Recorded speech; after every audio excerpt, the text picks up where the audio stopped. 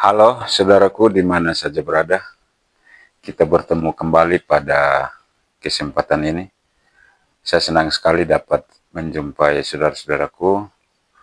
Semoga selalu dalam keadaan sehat, tidak kurang suatu apapun. Dan yang paling penting, semoga kita semua selalu dan senantiasa dalam perlindungan Tuhan kita Yesus Kristus. Pada kesempatan ini, sehubungan dengan berbagai pertanyaan yang diajukan kepada kami menyangkut gugatan citizen lawsuit yang kami ajukan di Pengadilan Negeri Kupang beberapa waktu lalu terhadap Gubernur Nusa Tenggara Timur. Maka pada kesempatan ini saya ingin mengajak kita untuk sedikit membahas dan berdiskusi menyangkut gugatan citizen lawsuit yang kami ajukan tersebut. Yang pertama bahwa gugatan tersebut diajukan dilatar belakangi oleh persoalan pelantikan Direktur Utama PDAM Kabupaten Kupang, di mana pada tanggal 26 Mei yang lalu Bupati Kupang telah melantik Direktur Utama PDAM Kabupaten Kupang. Nah, menurut kajian kami bahwa pengangkatan dan pelantikan tersebut bertentangan dengan pasal 57 PP nomor 54 tahun 2017 dan juga pasal 35 Permendagri 37 tahun 2018. Nah, oleh karena itu terhadap pelanggaran terhadap dua ketentuan peraturan perundang-undangan tersebut,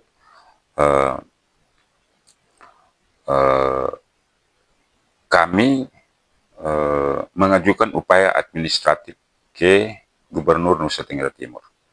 Karena dalam kedua peraturan tersebut telah jelas mengatur tentang batas usia seorang calon direktur utama pada saat mendaftar, yaitu berusia antara 35 sampai dengan 55 tahun. Nah, karena keberatan terhadap pelantikan tersebut, maka kami menyampaikan upaya administratif ke Gubernur, di mana kami pada tanggal 17 Juni 2025 menyampaikan secara resmi ke Gubernur Nusa Tenggara Timur melalui surat. Namun surat pertama tersebut tidak mendapat tanggapan dari Gubernur, sehingga pada tanggal 6 Juli 2025 lalu kami mengirimkan surat kedua sekaligus somasi kepada Gubernur Nusa Tenggara Timur terhadap persoalan tersebut. Dan akhirnya pada tanggal 18 Juli Gubernur membalas surat kami yang pada pokoknya menolak upaya administratif yang kami ajukan dengan alasan tidak menyertakan surat keberatan kepada Bupati Kupang. Nah, ini yang kami anggap secara tersirat Gubernur berpendapat seharusnya melakukan upaya administratif kepada Bupati Kupang terlebih dahulu, dan apabila tidak bisa diselesaikan barulah mengajukan banding kepada Gubernur. Namun terhadap tanggapan tersebut kami menganggap sebagai sebuah kekeliruan daripada Gubernur, karena sesungguhnya telah keliru menafsirkan pasal 75 ayat 1 Undang-Undang 30 tahun 2014, di mana pada ketentuan tersebut menyatakan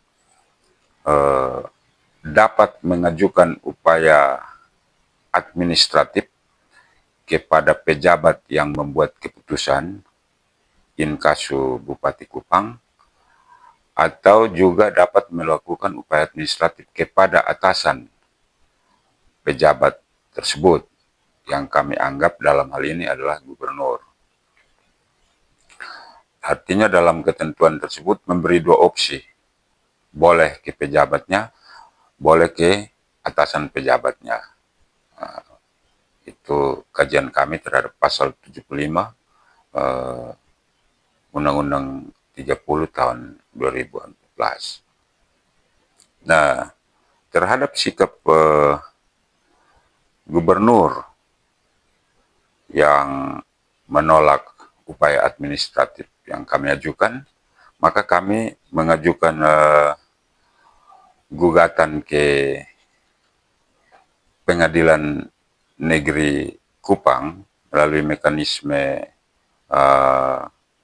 citizen lawsuit, dan gugatan tersebut telah terregister di Pengadilan Negeri Kupang dengan nomor perkara 274-PD-2025-PN Kupang, dan diterima pada tanggal 28 Agustus 2025 yang lalu. Kemudian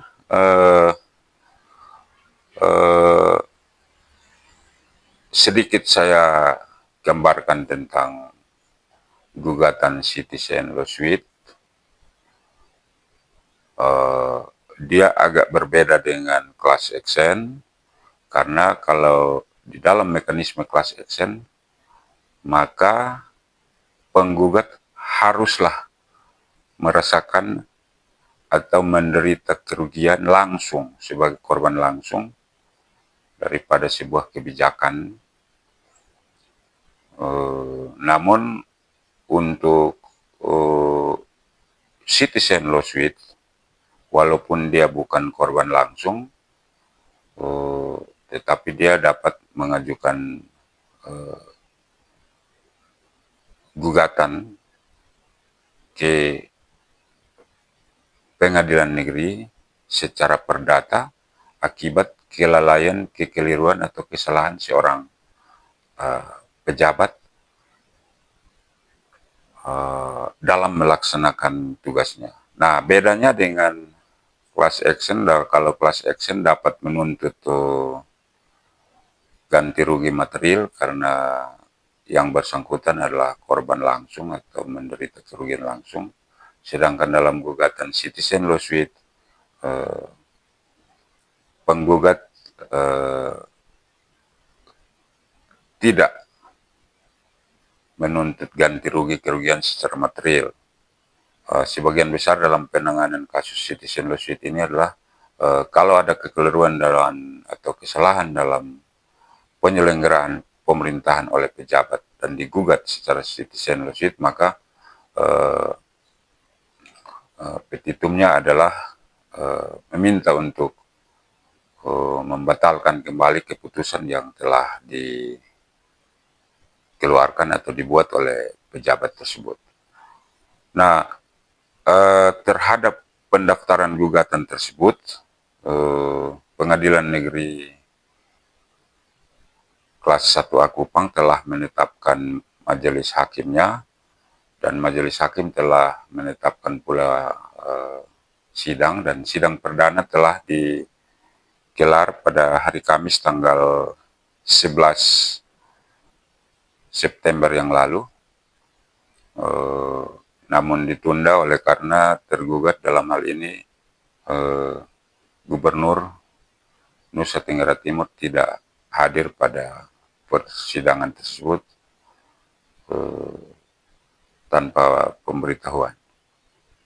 Nah, mungkin kita tunggu selanjutnya perkembangan persidangan perkara ini, karena akan ditunda sampai dengan hari Selasa tanggal 23 September yang akan datang.